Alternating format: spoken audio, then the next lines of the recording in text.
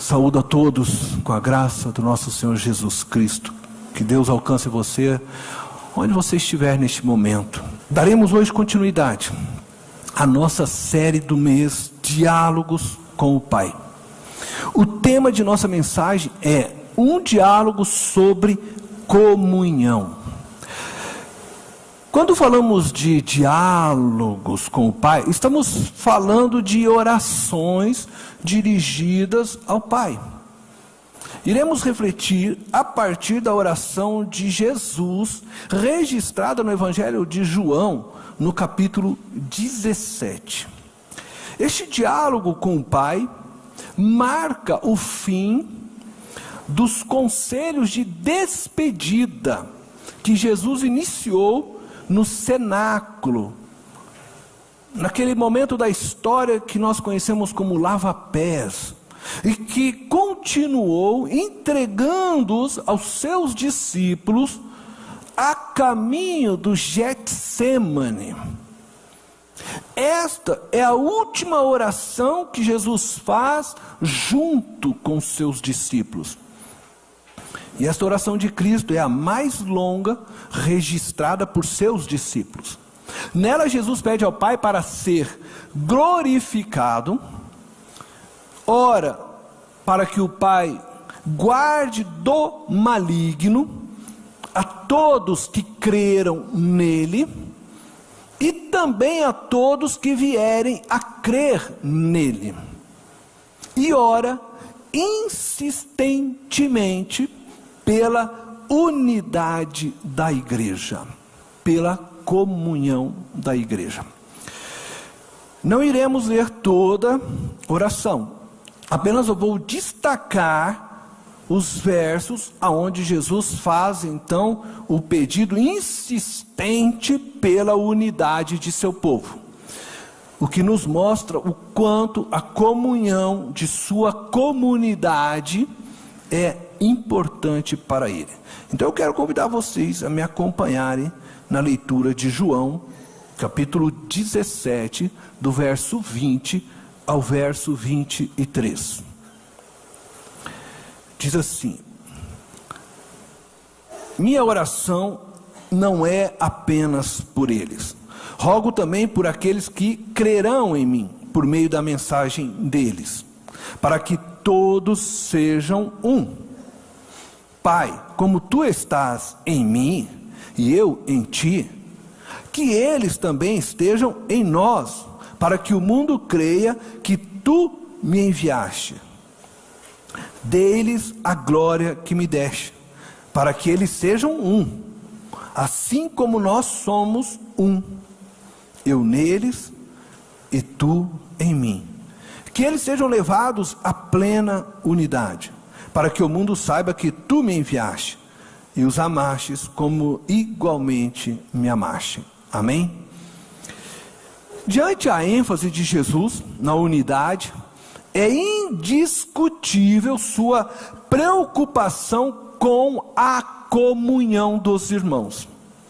Por que Jesus demonstra tanta preocupação com a comunhão dos irmãos? Eu vou apontar dois fatores. Primeiro, a comunhão entre os irmãos torna visível a obra de Cristo na cruz. Segundo, a comunhão entre os irmãos promove cura e libertação em nossas almas. Então nós vamos olhar para estes dois fatores agora de uma forma mais detalhada. Vamos começar pelo primeiro. A comunhão entre os irmãos torna visível a obra de Cristo na cruz. O apóstolo Paulo, ao escrever à igreja de Colosso, ele fala da comunhão que a cruz de Cristo realizou entre os homens. Eu quero ler com vocês Colossenses 3, versículo 11. Palavras do apóstolo Paulo. Nessa nova vida, já não há diferença entre grego e judeu, circunciso e incircunciso, bárbaro e cita, escravo e livre, mas Cristo é tudo e está em todos. Que palavra profunda e maravilhosa. Você consegue perceber nestas palavras o tamanho da grandeza de Deus e da obra realizada em Cristo na cruz?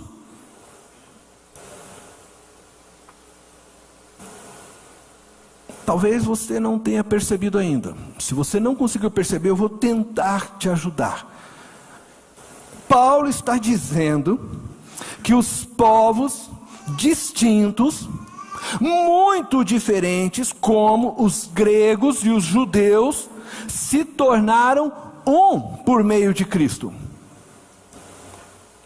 Não importa a sua nacionalidade, não importa a sua raça, em Cristo você se tornou um com qualquer pessoa de qualquer raça, de qualquer outro local. Mas ele não diz apenas isso, que já é muito grande. Aí ele diz o seguinte também, que os religiosos, aqueles que guardavam a lei de Moisés, os circuncisos, e os religiosos de outras religiões pagãs, que não guardavam a lei de Moisés, os incircuncisos, ele está fazendo referência à lei, se tornaram um em Cristo. Tanto aqueles que guardavam a lei, como os que não guardavam a lei, em Cristo se tornaram um. Pessoas que vieram de religiões diferentes, mas em Cristo se tornaram um. E ele continua, ele diz que pessoas de culturas violentas e sanguinárias, como eram definidos os bárbaros, se tornaram um em Cristo com pessoas de uma cultura de pastoreio, como eram os citas. Que coisa tremenda! Judeus e gregos, culturas diferentes, línguas diferentes, que não falavam nada, virou um em Cristo. Pessoas que guardavam a lei, circuncisos, e pessoas incircuncisas que não guardavam a lei, serviam a outros deuses pagãos, mas agora em Cristo viraram um. Pessoas que vieram de uma cultura violenta, sanguinária, pessoas que vieram de uma cultura de pastoreio, em Cristo se transformaram em um. Ele está afirmando a nós que pessoas de classes sociais tão distintas, que nunca se sentariam na mesma mesa, como escravos e livres, se tornaram um em Cristo. Poderíamos dizer que hoje Paulo incluiria nesta lista negros e brancos, heterossexuais e homossexuais, lulistas e bolsonaristas, russos e ucranianos, pois em Cristo todos se tornaram um. Entenda que Paulo está dizendo que não importa de onde você veio, não importa como você chegou, o que você praticava antes de Cristo, o que você acreditava antes de Cristo, mas ao se render ao amor de Cristo e ao seu senhorio, você foi atraído por Cristo na cruz, assim como todos aqueles em qualquer lugar que veio a crer, foi atraído na cruz, e vocês se tornaram um em Cristo naquela cruz. Todos fomos perdoados da mesma forma pelo sangue do Cordeiro. Todos que confessam a mesma fé foram batizados no mesmo Espírito, o Espírito Santo de Deus. Todos batizados no mesmo Espírito. Eu não tenho um Espírito Santo e você tem o seu Espírito Santo, e cada um tem o seu Espírito Santo em particular. Nós somos batizados, imersos no mesmo Espírito, no Espírito de Deus. Por isso todos nós olhamos para o céu e aprendemos com Jesus a ver o mesmo Deus e chamá-lo de nosso Pai. Ser igreja é viver essa comunhão realizada em Cristo na cruz. E isso é sensacional, é maravilhoso demais. Só Cristo pode fazer esse milagre em nós. Só Cristo pode realizar este milagre na história. Só Cristo pode unir povos e pessoas inimigas e torná-las irmãos, fazer orar para o mesmo Pai. Só Cristo pode unir pessoas tão diferentes e torná-las um. Quando vivemos essa comunhão entre nós, tornamos visível este milagre realizado na cruz. Por isso Jesus disse aos seus discípulos: vocês serão conhecidos como meus discípulos se amarem uns aos outros. A obra da cruz se tornará visível, e saberão então que vocês foram aqueles que foram unidos na cruz. O segundo fator diz assim: a comunhão entre os irmãos promove cura e libertação para nossas almas. Tiago, capítulo 5, verso 16, diz: portanto, confessem os seus pecados uns aos outros e orem uns pelos outros para serem curados. A oração de um justo é poderosa e eficaz. Este verso é lindo, maravilhoso. Ele fala de cura promovida pela confissão de pecados entre nós. Ele não está falando de cura física, mas de cura da alma. A confissão de pecados promove cura e libertação em nossas almas. Quando nos convertemos a Jesus, recebemos libertação da condenação eterna, da segunda morte. Nossos pecados foram todos perdoados na cruz, por Jesus Cristo. Não existe mais condenação sobre nós. Estamos livres de qualquer culpa com relação aos nossos pecados. Estamos em paz com Deus. Este é o nosso estado em Cristo Jesus. A salvação está consumada em Cristo. Entretanto, no ato de nossa conversão, ou do nosso novo nascimento, não somos libertos dos traumas emocionais, não somos libertos dos nossos medos, dos valores e princípios que trazíamos em nossos corações antes da nossa conversão, antes do novo nascimento. Tudo aquilo que nós vivenciamos ao longo da nossa vida na história, traumas, medos, ensinos errados, tudo que nós absorvemos na vida, no ato da conversão, não é apagado da nossa mente, da nossa alma. Você traz tudo isso com você.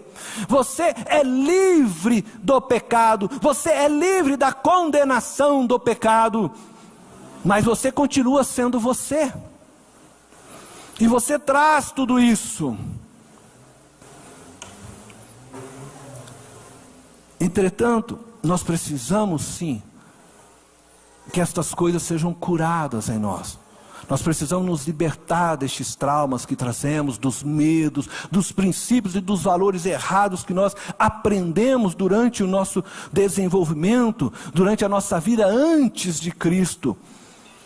E aí nós começamos um processo que a Bíblia chama de santificação. Nós continuamos nos santificando, e assim nós devemos viver nos ajudando uns aos outros, de forma a promovermos cura e libertação às nossas almas e consciências. Quando nós lemos no texto, confessem os seus pecados uns aos outros, e orem uns pelos outros para serem curados, nós pensamos que o texto está dizendo para confessarmos pecados como prostituição, adultério, roubo, fofoca, calúnia, pecado onde nos vemos como o agente do mal. E de fato, o texto inclui este pensamento e esta verdade. Mas não é somente isso. Entretanto, existem pecados que nós cometemos e achamos que estamos fazendo certo, e que nós precisamos nos libertar destes pecados também. Pecados que transgridem a vontade de Deus, porque pecado é todo ato, toda fala que vá contra a vontade de Deus, que se posiciona contra a vontade de Deus. Por exemplo, alguém me fere e eu não perdoo. Eu guardo a mágoa, eu guardo a ira no meu coração, eu guardo esse ressentimento. Eu estou em pecado, porque a ordem clara de Jesus para os seus discípulos é: perdoem como eu vos perdoei. Inclusive quando oramos o Pai Nosso que estás no céu, nós falamos isso: perdoa as nossas dívidas, perdoai os nossos pecados, assim como nós perdoamos os nossos devedores, assim como nós perdoamos os pecadores, aqueles que nos afetam, que nos fazem mal. Nós fazemos essa oração, assim como nós perdoamos. Porque nós que somos discípulos entendemos sim que Jesus nos ordenou a perdoar. Mas veja, muitas vezes quando somos feridos, em vez de perdoar, nós guardamos isso conosco. E aí eu já estou agindo contra a vontade de Deus. Mas se eu não consigo perdoar, eu preciso ir até um irmão, eu preciso ir até alguém que eu confio, e eu preciso confessar alguém. Eu não consigo perdoar aquela pessoa, eu não consigo, eu preciso da sua oração, meu irmão, eu preciso do seu suporte, eu preciso da sua ajuda para que eu possa vencer este mal. Esse é um exemplo. Quando eu procedo de forma a promover calúnia, divisão, eu estou pecando. E às vezes eu acho que não estou, porque eu olho o mundo a partir da minha justiça e da minha ótica, mas às vezes eu posso estar ferindo diretamente o corpo de Cristo e eu não estou percebendo. E quando eu faço, eu preciso reconhecer e dizer: eu preciso que me ajudem, eu não consigo lidar com essa situação. Eu vim confessar meu pecado, eu vim confessar meu erro. Há muitos erros que nós cometemos e achamos que não estamos cometendo, não percebemos. Então o texto não é só para aquele que cometeu adultério, para aquele que fez um escândalo. Há muitos pecados embutidos em nossos corações que precisam ser confessados, e esse é o lugar da cura. Esta é a casa de Jesus, aonde o pecador precisa ser curado. A comunhão entre os irmãos é o lugar onde eu posso confessar meu pecado, onde eu posso me expor e receber cura, e não ser julgado e condenado. É disso que o apóstolo está falando, é disso que Tiago está falando. A comunhão com o irmão promove para mim a oportunidade de confessar meus pecados minhas falhas, por não conseguir viver o que Cristo espera de mim. E através disso eu posso tirar de sobre mim um peso. A comunhão promove o lugar de refrigério, onde eu possa perceber que eu não estou só, que eu não sou o único que falho. Eu que estou neste púlpito falho com meus filhos, falho com a minha esposa, falho com vocês muitas vezes, estou olhando para Cristo, estou tentando seguir o modelo de Cristo, mas eu falho. Mas quando alguém me calunia, quando alguém me ataca pela falha, está falhando também. E da mesma forma se eu fizer, porque estou falhando, mas não existe mais, justificativas não corrige problemas. A gente tem que assumir cada um a sua falha e proceder em diante. A comunhão é o lugar para isso, para nós sermos curados. Não é para nos punirmos, não é para nos atacarmos, é para sermos curados. Este é o lugar. A comunhão é o grito onde estamos todos aqui. Amém? Estamos todos aqui caminhando juntos, estamos todos aqui buscando Cristo, estamos todos aqui para aprendermos juntos, estamos todos aqui, e na hora que o cair, segura na mão e fala: querido, vem comigo, eu te dou suporte. Eis o corpo de Cristo. O amor tem que prevalecer sobre os erros, o amor tem que prevalecer sobre as culpas, o amor, e somente o amor. Juntos nós daremos suporte uns aos outros e nos fortaleceremos para chegarmos ao prêmio separados para nós em Cristo Jesus. Isso é sensacional, isso é maravilhoso, isso é a igreja de Cristo. Eu não sou o melhor, eu tenho um papel a cumprir, você tem o seu. Eu não sou o pior, eu sou mais um nessa jornada, tentando vencer o mal que tenta me dominar a cada dia. Quer vir comigo nessa jornada? Vamos juntos. Isso é libertador. É quando nós nos reconhecemos, é quando nós deixamos ser trabalhados, é quando nós temos humildade para dizer: eu sou pecador, me perdoa, me ajuda, ora comigo, eu vim confessar. É assim que se vence. E todos juntos nós vamos caminhar rumo ao alvo. Ser igreja é isso. É viver em comunhão com pecadores, buscando promover cura e libertação para a alma dos irmãos. Eu quero ser um instrumento para Deus curar sua alma. E eu vou cutucar o seu pecado, eu vou apontar o teu pecado, para que você possa se ver e tratar. E que você seja instrumento também para me abençoar e me ajudar nesse projeto que Deus colocou aqui. Viver em comunhão é você ser igreja para mim e eu ser igreja para você. É isso que torna a igreja lugar de vida, de cura, de libertação, de amor. Amém? Eu quero falar de algo nesse terceiro ponto. Nesse terceiro ponto eu quero mostrar que seguir a Jesus é viver em comunidade. Veja só o que acontecia quando Jesus estava entre nós. Lucas capítulo 8, verso 1 ao 3. Depois disso, Jesus ia passando pelas cidades e povoados, proclamando as boas novas do reino de Deus. Os 12 estavam com ele, e também algumas mulheres, que haviam sido curadas de espíritos malignos e doenças.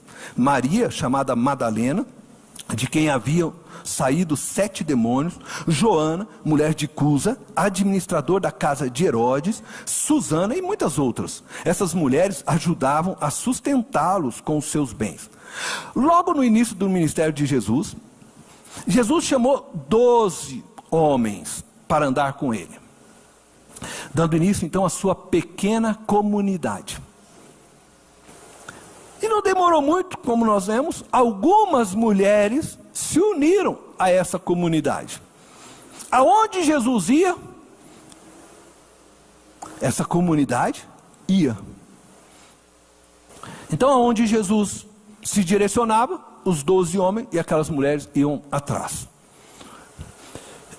Essas mulheres ajudavam, inclusive, no ministério dele, no sustento do ministério. Jesus era o centro dessa comunidade. A vida dessa comunidade se movia conforme Jesus se movia. Então Jesus era o centro. Se Jesus ia para cá, a comunidade ia. Se Jesus ia para lá, a comunidade ia se movendo juntamente com ele. Isso é viver igreja. Ninguém segue a Jesus sozinho. Não existe um Jesus só para você e um outro Jesus só para mim. Todos nós seguimos o mesmo Jesus. Portanto, seguir a Jesus é viver em comunidade. Conforme Jesus se move na história, todos nós vamos atrás de Jesus. Nós estamos vivendo comunidade. É Ele que nos liga. Viver em comunidade está intrínseco em nossa natureza. É parte de nossa constituição. Por termos sido criados à imagem e semelhança de Deus. Assim como Deus vive em comunidade, Pai, Filho e Espírito Santo, nós fomos criados por Deus e necessitamos viver em comunidade. Deus nos dotou da capacidade de amarmos. O amor é uma força que nos impulsiona para o outro, que nos lança em direção ao outro. Mesmo com o pecado operando em nós, ainda sentimos o desejo de amar e ser amado. Contudo, amar e ser amado plenamente só são possíveis numa relação com outro ser semelhante a nós. Você pode amar o seu pet. O seu pet pode ter um sentimento até de carinho por você, mas ele não pode te amar plenamente como um outro ser humano pode te amar. Ele tem os limites, seja físico, né? Intelectuais, ele tem seus limites. Ao nos unir a um outro ser humano, nós damos origem a uma pequena comunidade. Portanto, nós formamos comunidade. Seja você se unir, homem e mulher, casou, já começou uma pequena comunidade. Porque nós precisamos do outro. Nós fomos criados dessa forma. Não conseguimos viver independentes. E uma vez que nos juntamos, porque necessitamos amar e ser amados, precisamos negar a nós mesmos para vivermos em comunidade. Por isso Jesus enfatiza tanto. Se você quer ser meu discípulo, você vai viver em comunidade. Se você quer ser meu discípulo, negue-se a si mesmo. Toma a sua cruz. Negue-se a si mesmo. Precisamos aprender a vivermos em prol do outro e do bem comum de todos. Do contrário, nos feriremos e nos destruiremos. Duas forças contrárias operam em nós. Uma é o amor. É a força do Espírito Santo operando em nós. A outra é o pecado. Paulo chama de carne. O amor não nos deixa viver no individualismo. O amor te lança a viver com o outro. O amor te impulsiona a se doar. Então ele não te permite viver na solidão, no individualismo. O pecado não nos deixa viver em comunidade. Porque o pecado nos faz enxergar tudo através de nós mesmos. O nosso eu é o centro. Então a justiça é do jeito que eu enxergo, sempre do meu lado, do meu ponto de vista. Isso divide. Tudo que eu quero realizar parte de mim, divide. Então o pecado nos faz dividir. O pecado nos distancia de viver a comunidade projetada por Cristo e sonhada por Cristo na oração. E como é que podemos resolver este problema? Não podemos resolver. Nós, seres humanos, não temos meio, não temos força, não temos capacidade e nem poder para resolvermos este problema. Entretanto, glória a Deus, Jesus resolveu este problema na cruz. Romanos capítulo 6, verso 6 diz assim: pois sabemos que o nosso velho homem foi crucificado com ele, para que o corpo do pecado seja destruído e não mais sejamos escravos do pecado. Glória a Deus. Amém? Na dimensão espiritual, a força do pecado que operava em nós foi vencida na cruz por Jesus. Ao crermos em Cristo, somos batizados com o Espírito Santo e recebemos dele poder para vivermos a nova vida de Cristo, que passa a operar em nós. O Espírito Santo de Deus nos capacita a sermos seguidores de Jesus Cristo. Uma vez que cremos em Cristo, somos imersos na comunidade de Jesus através do Espírito Santo. É isso que aconteceu em Pentecostes, Atos capítulo 1, versículo 8. Derramarei do meu Espírito sobre toda a carne. E seremos o que agora? Testemunhas de Jesus. Nós somos todos imersos no Espírito de Deus e viramos uma grande comunidade. Somos todos agora irmãos. E o Espírito nos capacita, nos dá poder, dínamo, para nós testemunharmos a obra de Cristo naquela cruz, para vivermos vitoriosamente sobre o pecado. Amém? Neste quarto e último ponto, eu quero mostrar que a comunidade de Cristo é a comunidade do Espírito de Deus. No Pentecostes, quando o Espírito Santo foi derramado sobre os discípulos de Jesus, aconteceu um milagre maior do que o som que encheu aquela casa, maior que o falar em línguas estranhas, e que muitas vezes nós sequer observamos. Vamos ler o texto para descobrirmos que milagre é este. Me acompanhe nessa leitura. Atos capítulo 2, versos 5 ao 12. Havia em Jerusalém judeus, tementes a Deus, vindo de todas as nações do mundo. Preste atenção, havia em Jerusalém judeus, tementes a Deus, vindo de todas as nações do mundo. Ele vai apresentar as nações de onde esses judeus estão vindo. Ouvindo-se este som, ajuntou-se uma multidão que ficou perplexa, pois cada um os ouvia falar em sua própria língua. Atônitos e maravilhados, eles perguntavam: acaso não são galileus todos estes homens que estão falando? Então como os ouvimos cada um de nós em nossa própria língua materna?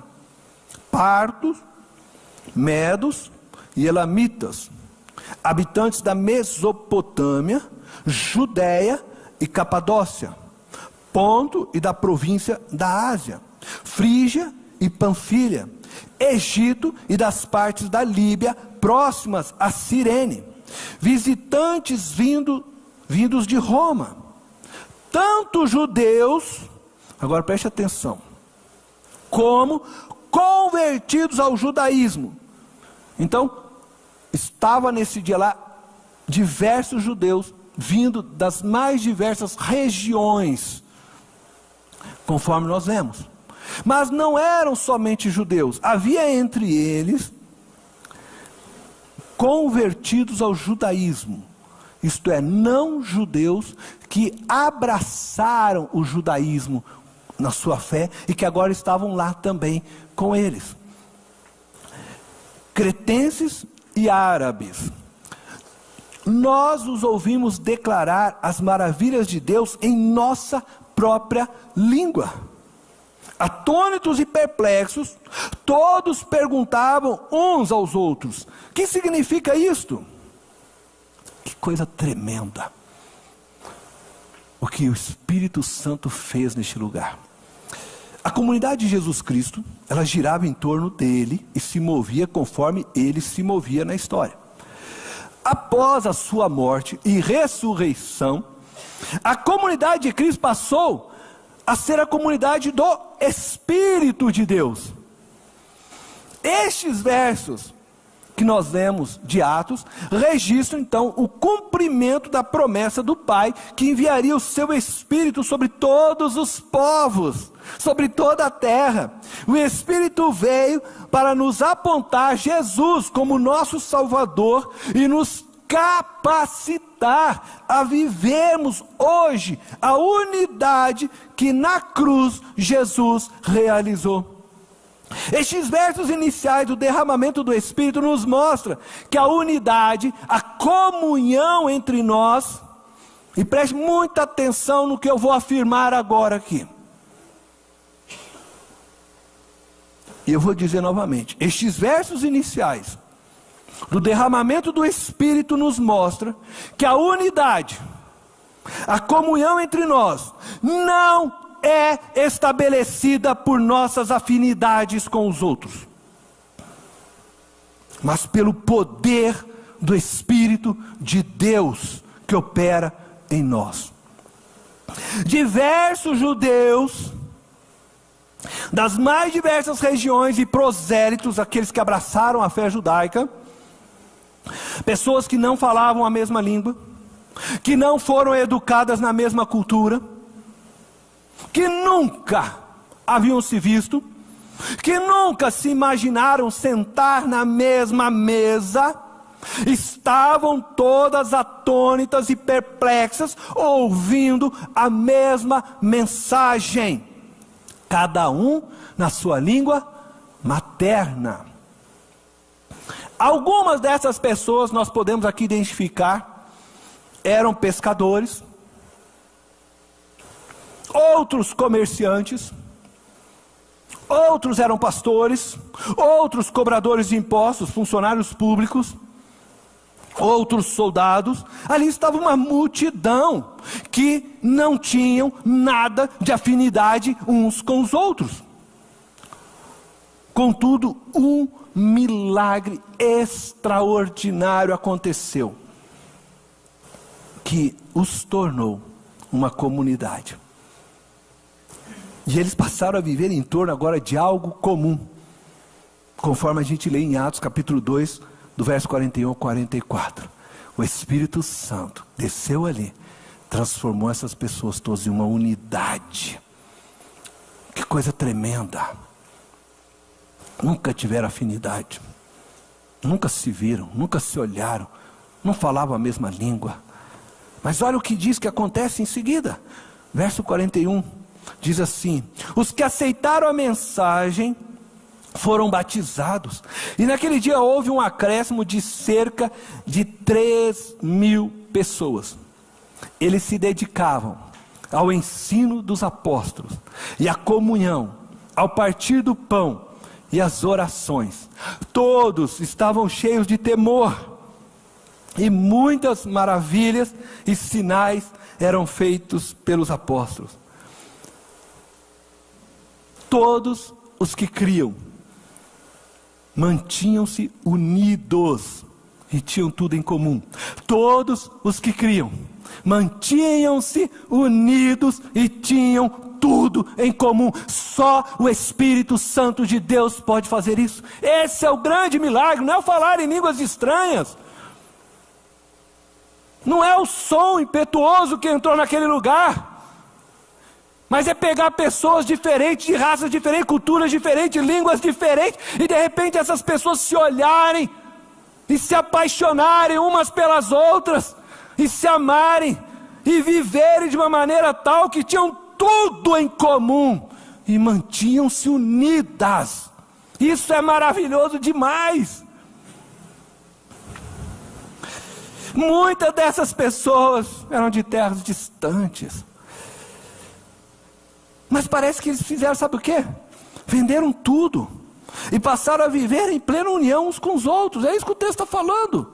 Eles vieram de lugares distantes, abriram mão de suas vidas passadas, de suas conquistas, de suas famílias, e se uniram em torno da mesma fé, se ajudando agora umas às outras, não porque elas tinham afinidades, mas porque elas morreram para si mesmas e viveram para Cristo.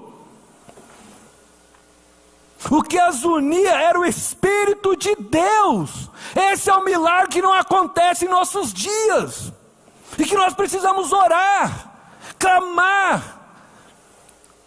Não são afinidades culturais, não são afinidades de idade, não são afinidades de música, não são afinidade de classe social, não é afinidade de raça. Todas se mantinham unidas e tinham tudo em comum. Isso era o verdadeiro milagre.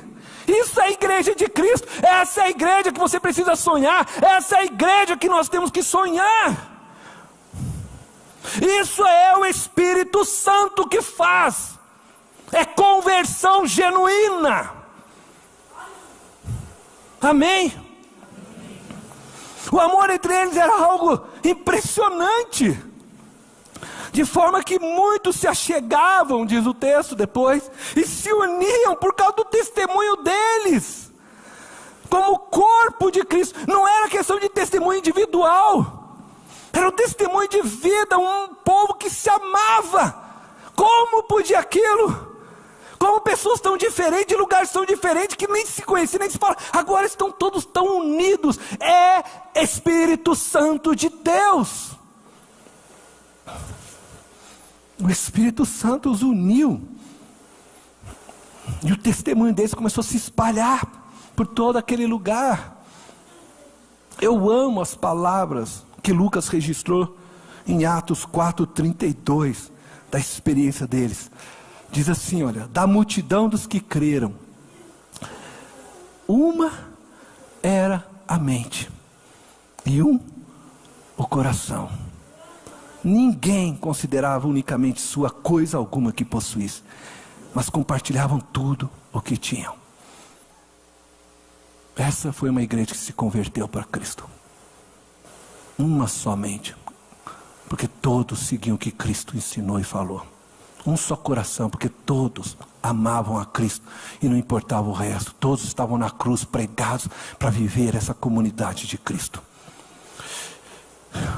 Uma igreja que constrói comunhão baseado em afinidades subjetivas, pessoais ou sociais, está produzindo alguma coisa que não é igreja de Cristo. Parece igreja de Cristo, mas não é.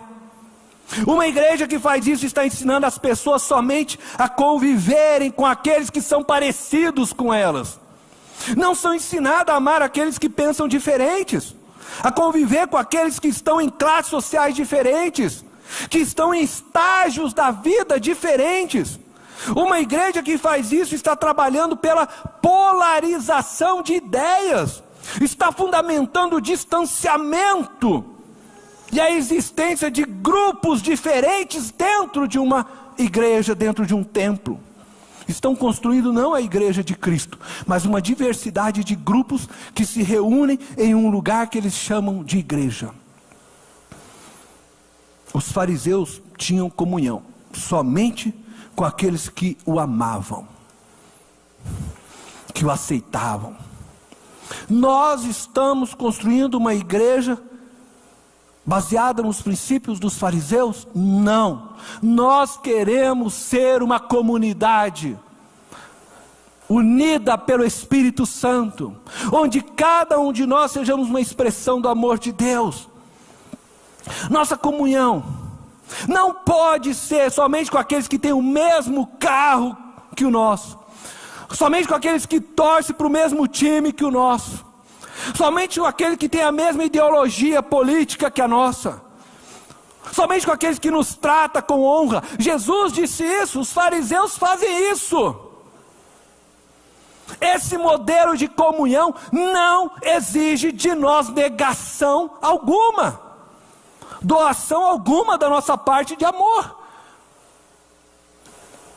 Andar com aqueles que nos bajulam, andar com aqueles que somente pensam como nós, não exige de nós sacrifícios do nosso ser. Você não precisa ir para a cruz para viver esse tipo de relação.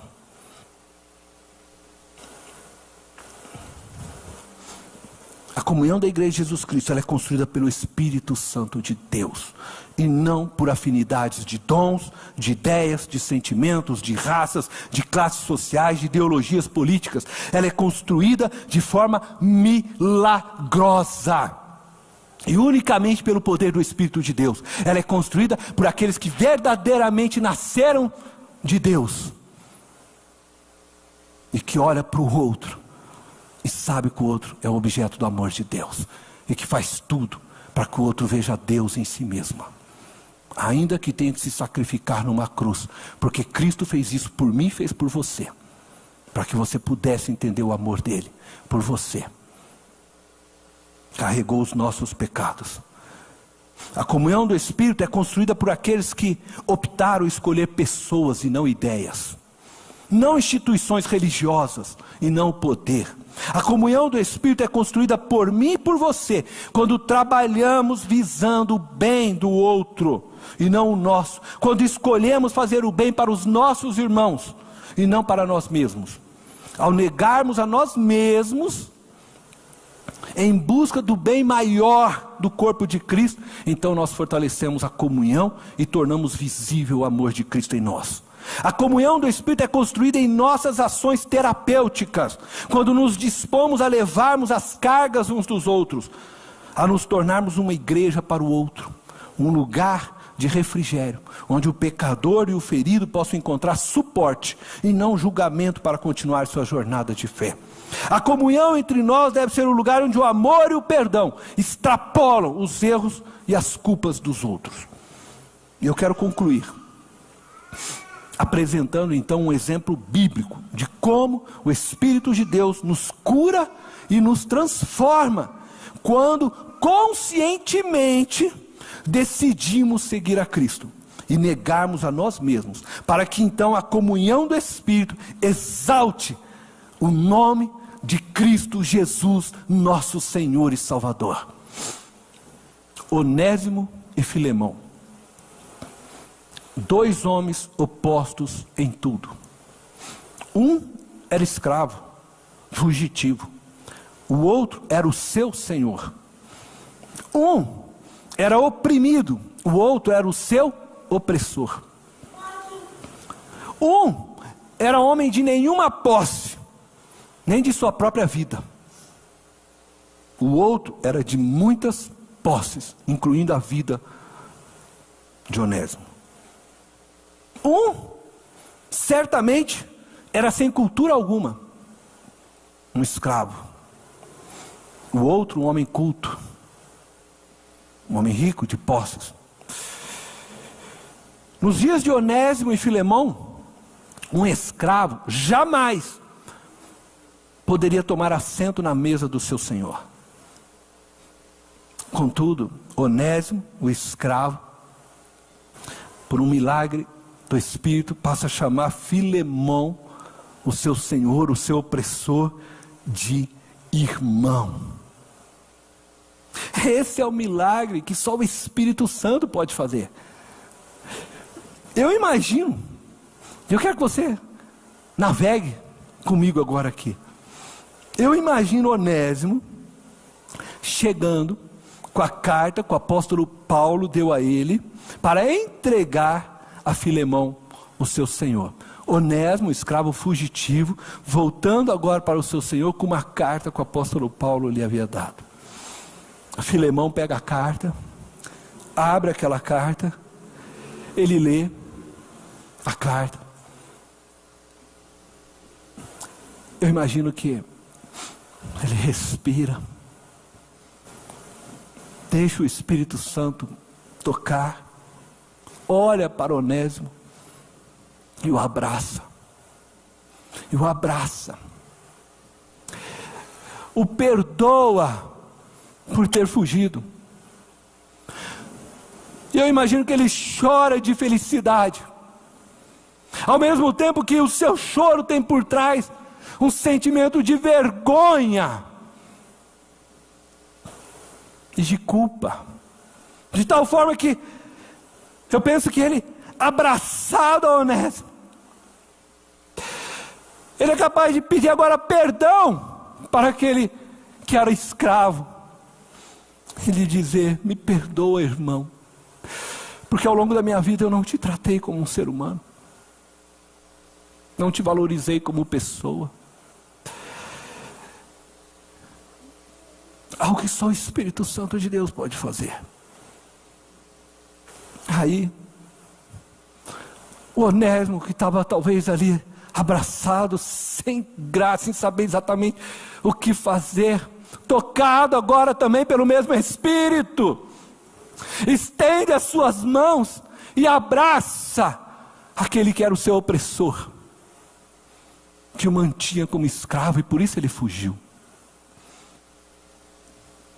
E agora eu imagino, de um lado, Filemão chorando copiosamente, e agora do outro lado, Onésimo chorando também.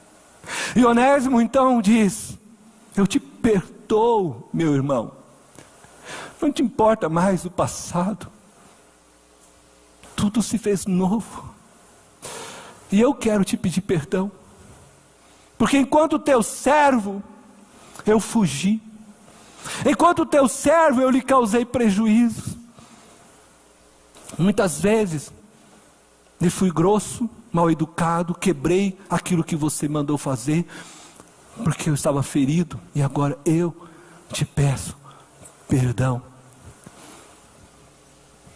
E ali aqueles dois homens choram copiosamente e se abraçam. Vida transformada. A vida de Onésimo curado pelo perdão, pela confissão. A vida de Filemão curada pelo perdão e pela confissão. As vidas transformadas ali. E eles saem, sorrindo agora um para o outro, vivendo uma nova vida. No outro dia cedo chega Onésimo, e ele vai lá fazer o seu trabalho.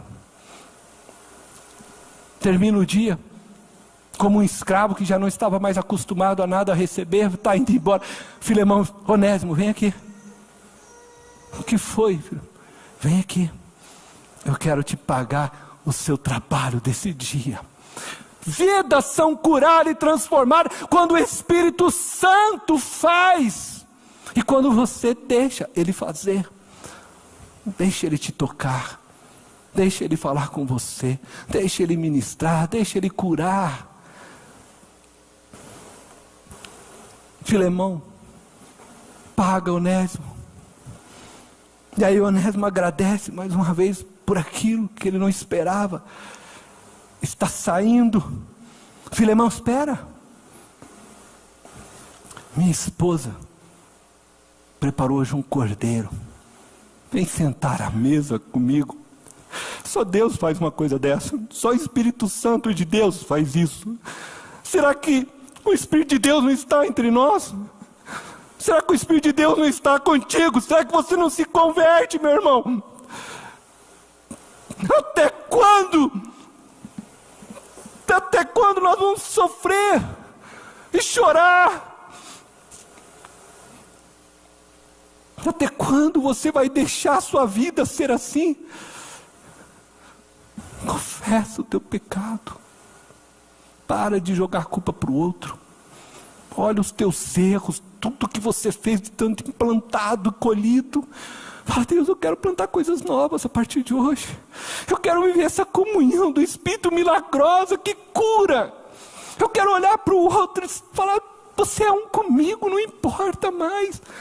Você não é mais senhor, não é mais escravo. Você é um comigo, é meu irmão, é minha irmã em Cristo. Só o Espírito Santo pode fazer esse milagre. Ele quer fazer. Ele quer fazer em mim, Ele quer fazer em você, Ele quer fazer em nós, querido. Jesus quer te curar, quer te libertar.